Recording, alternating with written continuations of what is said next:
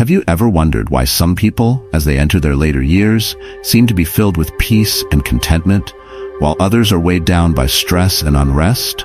The secret often lies in the company they keep. As we grow older, the relationships we nurture can either bring us serenity or chaos. In this video, we will explore 8 types of people you should avoid in your old age to protect your inner peace and safeguard your happiness. But this isn't just about who to steer clear of. It's about understanding why, with timeless wisdom from Stoicism guiding the way. Each type of person we discuss carries unique traits that, if left unchecked, can disrupt the tranquility we all strive for as we age. And I promise, the last one will give you an insight you may not expect. If you're ready to dive into this journey of wisdom and self-preservation, make sure to stay with me until the end. And before we begin, if you find these insights valuable, please subscribe to Stoic Rise Up and hit the bell icon so you never miss a moment of Stoic wisdom that can transform your life. Now, let's begin. Number 1. The chronic complainer.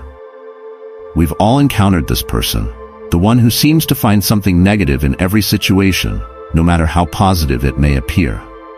But have you ever stopped to wonder how being surrounded by this type of negativity can impact your well-being, especially as you age? Picture this. You're enjoying a peaceful afternoon in the park. The sun is shining, the birds are chirping, and the flowers are in full bloom. You sit back on a bench, soaking it all in, feeling calm and content. Then in walks your friend, the chronic complainer. "It's too hot today," they grumble. "Bet it rains tomorrow, and look at all these people, no peace anywhere." Suddenly, the serene moment you were savoring evaporates, clouded by their negativity. It may seem harmless, but constant exposure to this kind of negativity is more than just a mood killer. Research published in the Journal of Gerontology suggests that people regularly surrounded by negativity are more prone to mental health issues as they age.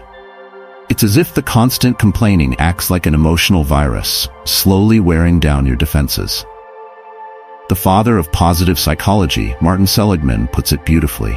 Happiness is not the absence of problems, it's the ability to deal with them. The chronic complainer, it seems, has lost touch with this wisdom. But there's hope. You can protect your peace without becoming entangled in their web of complaints. Imagine for a moment that you have an umbrella of positivity. This invisible shield opens whenever you encounter chronic complainers, deflecting their negativity while allowing only positive thoughts and words to reach you. This isn't about ignoring real problems. As the Stoic philosopher Epictetus reminds us, it's not the things themselves that disturb us, but our interpretation of them. The chronic complainer interprets the world through a lens of frustration and dissatisfaction. Your job is to ensure their perspective doesn't cloud your own. Here's a practical approach.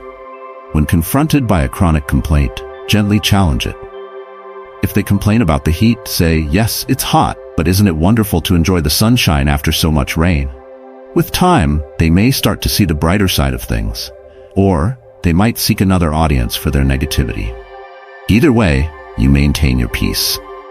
As we grow older, we don't have to succumb to bitterness or constant dissatisfaction. In fact, studies show that many people become happier with age. The secret lies in surrounding yourself with positivity and learning to gracefully navigate life's inevitable challenges. So next time you meet a chronic complainer, open that umbrella of positivity and remind yourself of this important truth. While you may not control their attitude, you always control how you choose to respond. Number 2. The unstoppable gossip. Have you ever wondered why some elderly people suddenly pull back from their social circles, finding solace in isolation? The culprit might be the presence of the unstoppable gossip, that individual who seems to know more about everyone else's life than their own. For them, spreading rumors is a favorite pastime, casting seeds of speculation and scandal into the wind without any thought of the consequences. But why does this behavior become so harmful, especially in old age? Imagine for a moment that you're at a reunion with lifelong friends. The conversation is light, filled with memories, until the unstoppable gossip begins to share private information about a mutual friend who isn't present. Suddenly, the atmosphere shifts. You feel uncomfortable, maybe even guilty for being there. Gossip, after all, doesn't just tarnish someone else's reputation. It erodes the very fabric of trust in relationships. Social psychologist Nicholas DeFonso, an expert in rumors and gossip, reveals that while gossip may sometimes serve as a form of social control, it comes at a steep cost. It creates divisions, seeds mistrust, and often leaves emotional scars on everyone involved. But why do people engage in gossip, especially as they grow older? Surprisingly, it may be to fill a void in their own lives. According to a study in the Journal of Personality and Social Psychology, chronic gossipers often focus on others because they are disconnected from their own personal growth or lack meaningful relationships. Instead of enriching their lives, they limit themselves to the shallow practice of talking about others. The philosopher Socrates offered a brilliant tool to combat gossip, the triple filter test. Before sharing any piece of information, ask yourself, is it true? Is it good? Is it useful? If the answer to at least two of these questions is no, then it's better to hold your tongue. Think about how many conflicts and heartaches could be avoided if we all use this simple filter before speaking. So how do we protect ourselves from the unstoppable gossip without withdrawing from society completely? Here are a few strategies to help maintain your peace without becoming a hermit. Set clear boundaries. When someone starts sharing private details about others, kindly let them know you'd prefer not to engage in that type of conversation. Change the subject. Redirect the conversation to something more uplifting or neutral when gossip begins to take over. Practice empathy. Consider how the person being talked about would feel if they were present. This perspective helps to maintain integrity in social interactions. Be the change you want to see. Instead of contributing to gossip, share positive stories or kind words about others. As Mother Teresa once said, kind words can be short and easy to speak, but their echoes are truly endless. Keep your secrets to yourself. Remember, if someone is eager to share the secrets of others with you, they are just as likely to share yours with someone else. A poet once wisely wrote, "Before you speak, let your words pass through 3 gates. Is it true? Is it necessary? Is it kind?" This ancient wisdom is especially critical in today's digital world, where gossip can spread at lightning speed through social media. By applying these principles, you'll not only protect yourself from the unstoppable gossip, but you'll also contribute to building an atmosphere of trust and respect, one that becomes more precious with age. Number 3, the manipulator. If gossip spreads at the speed of light, manipulation is like gravity, an invisible force that subtly pulls us in, bending our actions and emotions without us even noticing. But can you truly recognize when someone is manipulating you? In this third type of person to avoid in your old age, we face a particularly cunning adversary, the manipulator. These individuals are like emotional illusionists with almost magical skill, making you believe their desires are your own, their problems are your responsibility, and that your perception of reality is somehow flawed. How can you recognize this master of deception? Imagine yourself at a family gathering. Your nephew, with tears welling up in his eyes, asks for a substantial loan for an urgent project.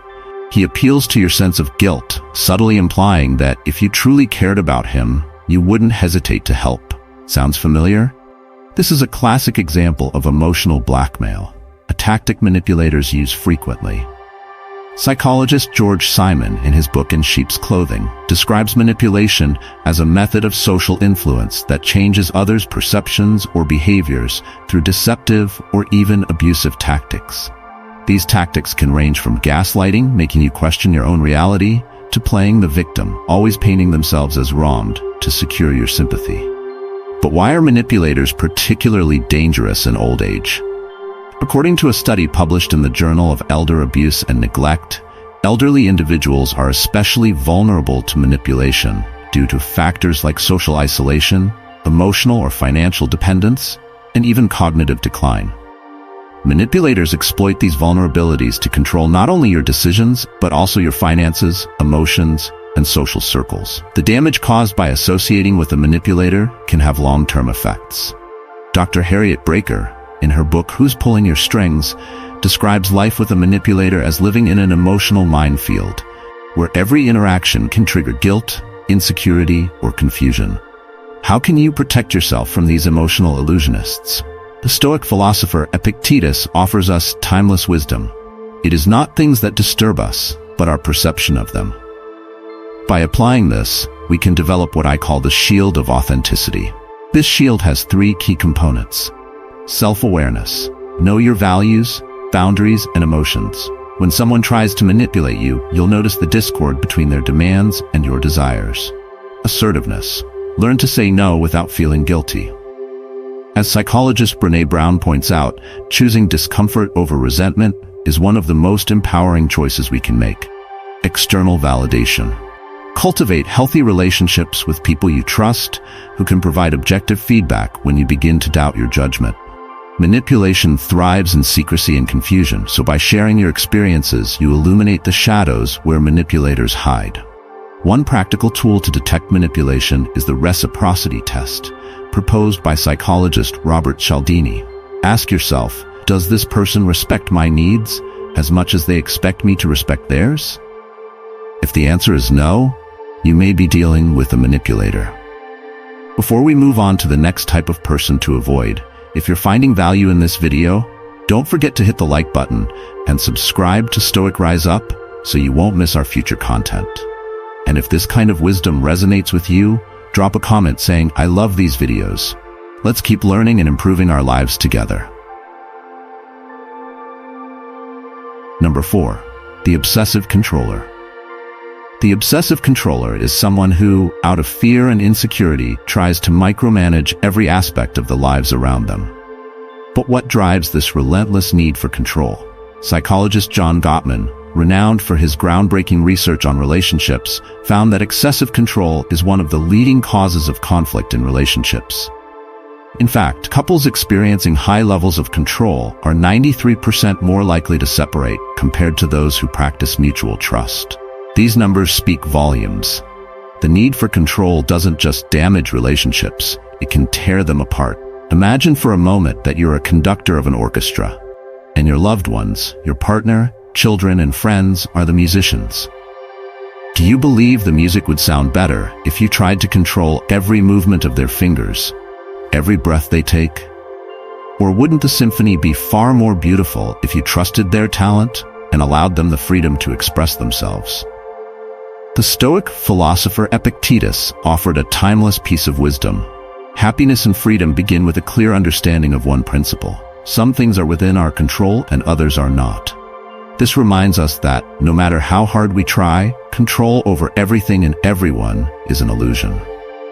But this realization often leaves us feeling vulnerable. How then can we let go of control without feeling exposed or powerless? The answer lies in cultivating trust. Picture this. Your children are going on a trip. You could spend the entire time constantly texting, calling, worrying about every detail, or you could simply say, if you need anything, call me.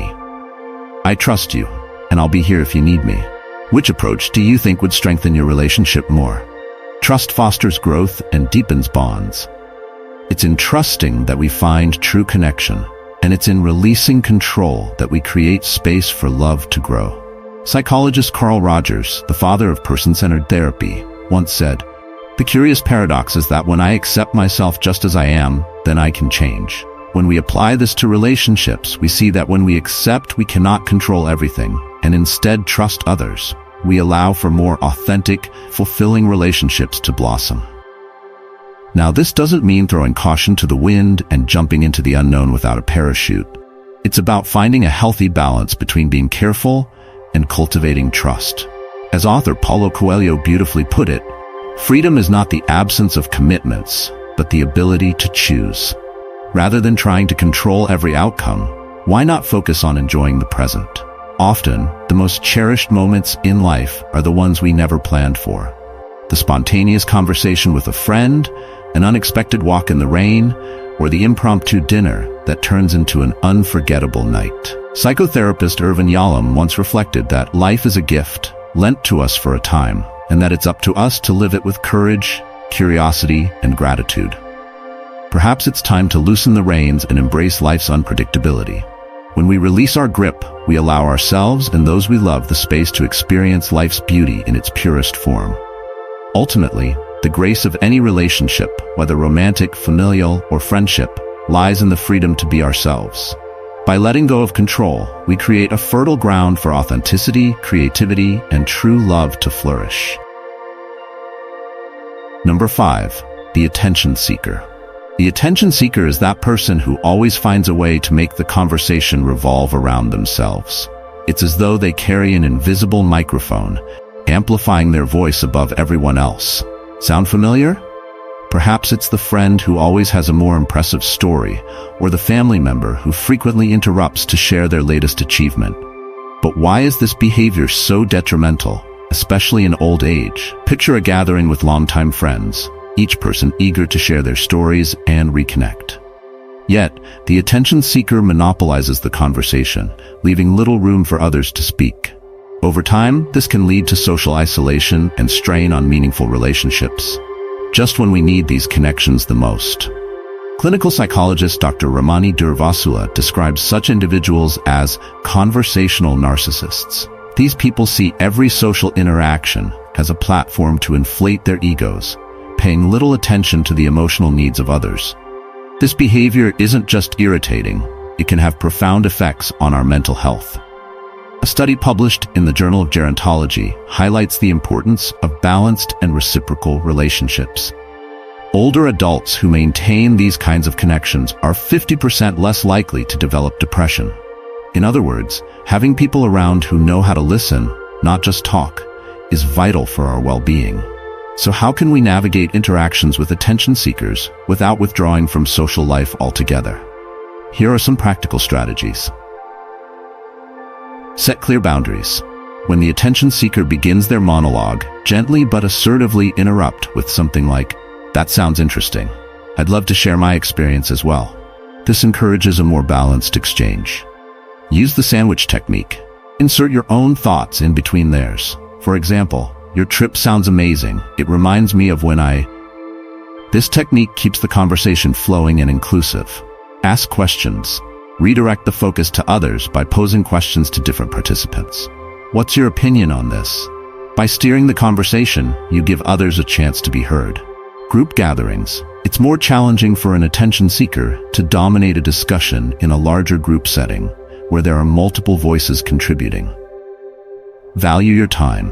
If the attention seeker shows no signs of changing despite your efforts, it's okay to limit your time with them.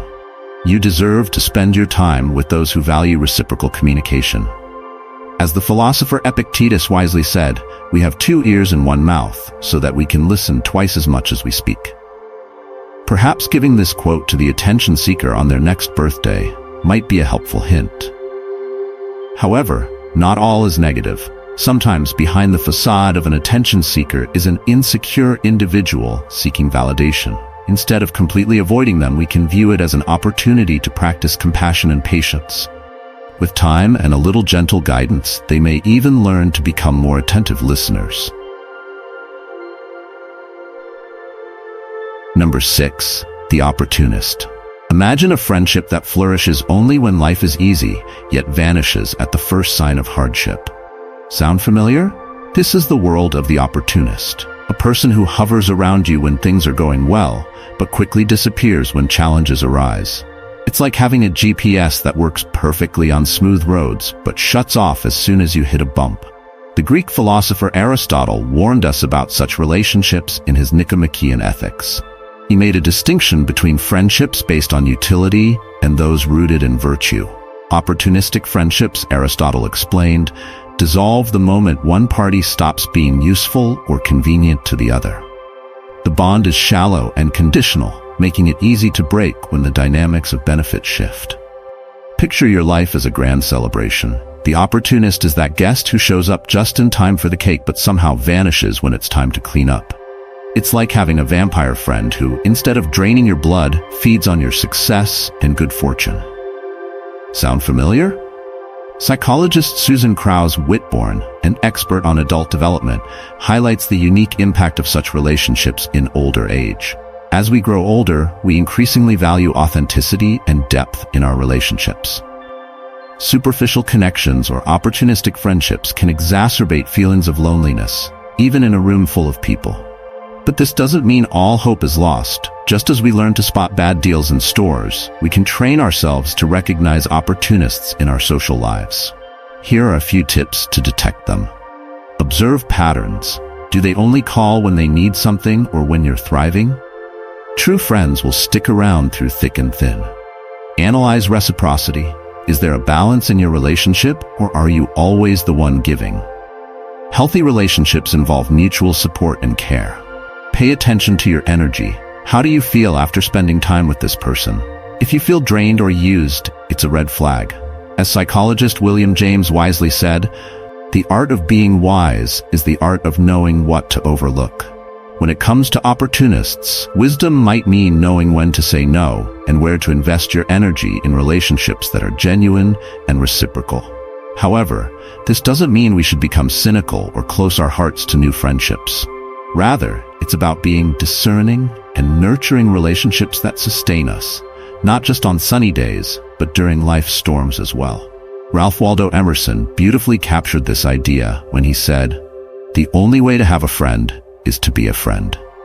Perhaps the key to avoiding opportunists lies in cultivating the qualities we seek in others: loyalty, authenticity, and commitment. By living these values, we attract friendships that last, through both the good times and the bad. Number 7. The secret envious envy is like a slow-acting poison that corrodes the soul from within. But what happens when it hides behind the mask of friendship? How do we protect ourselves from the secret envious, a figure who may be closer to you than you realize? Imagine someone who is always by your side in moments of triumph, offering congratulations with a smile. Yet something feels off. There's a subtle shadow in their gaze, a hint of insincerity in their tone. This is the secret envious, a presence that, like a parasitic plant clinging to a tree, appears harmless at first, but quietly drains you of vitality. In the garden of your life, identifying and managing these emotional weeds is essential for your well-being. Stoic philosophy gives us timeless insight into this issue.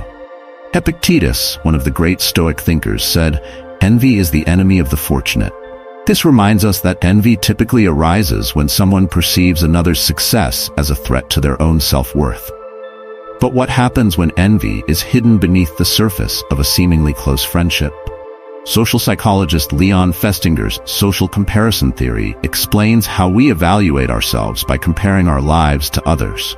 The secret envious takes this comparison to an extreme, viewing every one of your achievements as an affront to their own value. Their envy lurks beneath the facade of friendship, eroding the trust and support that true relationships require. How can we spot this figure in our lives? Here are a few revealing signs. Superficial compliments. Their praise lacks depth, feeling hollow or forced. Quick topic changes. They swiftly divert conversations when the focus shifts to your achievements. Hidden competition. They often respond to your stories with ones meant to one-up you. Joy at your failures. They show a bit too much enthusiasm when things don't go well for you. Once we've identified the secret envious, what should we do? Cutting ties might not always be an option, especially if this person is a family member, friend, or colleague. Instead, we can approach the situation with wisdom and compassion. First, practice empathy. Recognize that envy often comes from insecurity and a lack of self-worth. As philosopher Bertrand Russell once said, envy is one of the most universal and disintegrating of human emotions. Understanding this can help us respond with kindness rather than resentment. Second, cultivate gratitude. The more we focus on what we're thankful for, the less we allow others' negativity to affect us. Keeping a gratitude journal where you list 3 things you're grateful for each day can be a powerful antidote to envy. Third, set healthy boundaries. You don't have to share every success or plan with the secret envious. Be selective with the information you share and protect your inner peace. Number 8. The energy vampire. Have you ever felt completely drained after what should have been a simple conversation? Perhaps you've encountered someone who, rather than lifting your spirits, leaves you feeling exhausted and worn out. Get ready for a disturbing truth. There are vampires among us, but these aren't the garlic-fearing kind. These individuals feed on something far more precious than blood, your energy. Unlike their fictional counterparts, these energy vampires don't need fangs to sap your vitality. Their mere presence can leave you feeling tired, unmotivated, and emotionally drained. But how do you recognize these energy thieves? Picture this. You sit down with a friend for what should be a pleasant conversation. Instead of walking away feeling refreshed, you feel as though you've just run a mental marathon. This unexplained fatigue is the hallmark of an energy vampire. Dr. Albert H. Bernstein, author of Emotional Vampires, describes them as people who constantly seek attention and sympathy but rarely return it. They are emotional sponges, soaking up your positivity and peace of mind, leaving you feeling empty. But why are energy vampires particularly dangerous as we age? As we grow older, energy becomes one of our most valuable resources. A study published in the Journal of Gerontology revealed that older adults who maintain high levels of energy and enthusiasm are 35% less likely to develop chronic health issues. In other words, protecting your vitality isn't just a matter of feeling good, it's a matter of survival. The Greek philosopher Aristotle once said, "The energy of the mind is the essence of life." As we age, this energy fuels our passions, relationships, and ability to find joy in each day. Allowing an energy vampire to drain this precious resource is like letting someone steal the elixir of youth. It's important to distinguish between someone going through a rough patch and a true energy vampire. We all need support from time to time. The difference lies in consistency and reciprocity. An energy vampire is like a bottomless pit. No matter how much you give, it's never enough. Sound familiar? Maybe it's that friend who always has a crisis, but never seems to have time for your struggles, or that family member who turns every gathering into a drama. But don't worry. Just as there are ways to fend off mythological vampires, there are strategies to protect yourself from these emotional drainers, and you won't need garlic or wooden stakes. Psychologist Carl Jung spoke about the importance of setting healthy boundaries, which is key in protecting your energy. Think of your energy as a beautiful, precious garden. Healthy boundaries are the fence that keeps intruders from trampling on your flowers. It's not about being unkind, it's about safeguarding your well-being. Here's a helpful visualization. Imagine a golden force field around you, a shield that allows positivity to enter but repels negativity. It might sound a little mystical, but studies in cognitive psychology have shown that visualization techniques can have a real impact on our emotional resilience. Another powerful strategy is what I call the mirror technique. When an energy vampire starts dumping negativity on you, reflect their feelings back with kindness, but don't absorb them. For example, you could say, "I understand you're going through a tough time. Have you considered how you might approach this positively?" This not only protects your energy, but might even help the other person gain some perspective. Remember, as you enter your golden years, your energy is a treasure, built up through years of experiences, laughter, and joy. Don't let anyone take that from you. As the poet Rumi wisely said, "You are a gold mine hidden within yourself." Don't go begging around the corners of the universe. Find your own treasure. As we age, we have the power to choose who surrounds us. Like a skilled gardener, cultivate relationships that bring you joy, energy, and peace. Cut away the weeds of toxic people, just as you would in a garden. We are the average of the 5 people we spend the most time with, so choose wisely. By surrounding yourself with positivity, you ensure your emotional and mental well-being thrives. Your old age should be a time filled with joy, growth, and meaningful connections. Prioritize your happiness, set healthy boundaries, and surround yourself with people who inspire and uplift you. It's your time. Make it one of vitality and fulfillment. If you've made it this far, write in the comments, "I choose to protect my energy." This will let me know you're one of the victorious ones who made it to the end of this video. Don't forget to like, subscribe, and click the bell for notifications so you don't miss out on future content. Share this video with your loved ones so they can start protecting their energy too. If you'd like to support the channel further, consider becoming an exclusive member. Check the link in the comments for my free ebook on living a stoic life. Thank you for watching, and until next time, nourish your mind and soul with wisdom.